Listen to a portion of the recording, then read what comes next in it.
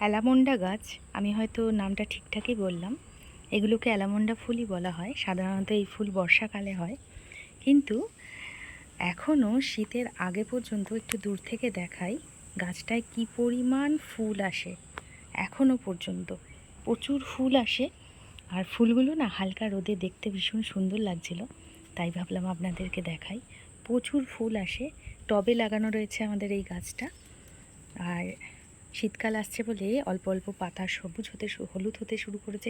সবুজ বলে ফেললাম, তো এগুলো ঝরে ঝরে পড়ে যাবে, আর ফুলও হয়তো আর বেশি দিন আসবে না, কিন্তু এখনও যেহেতু ফুল দিচ্ছে তাই আপনাদের সাথে শেয়ার করলাম। প্রচুর ফুল দেয়, প্রচুর। এই দেখুন, কালারটা ভীষণ ভালো লাগে হালকা রোদে আমার, তাই দেখালাম।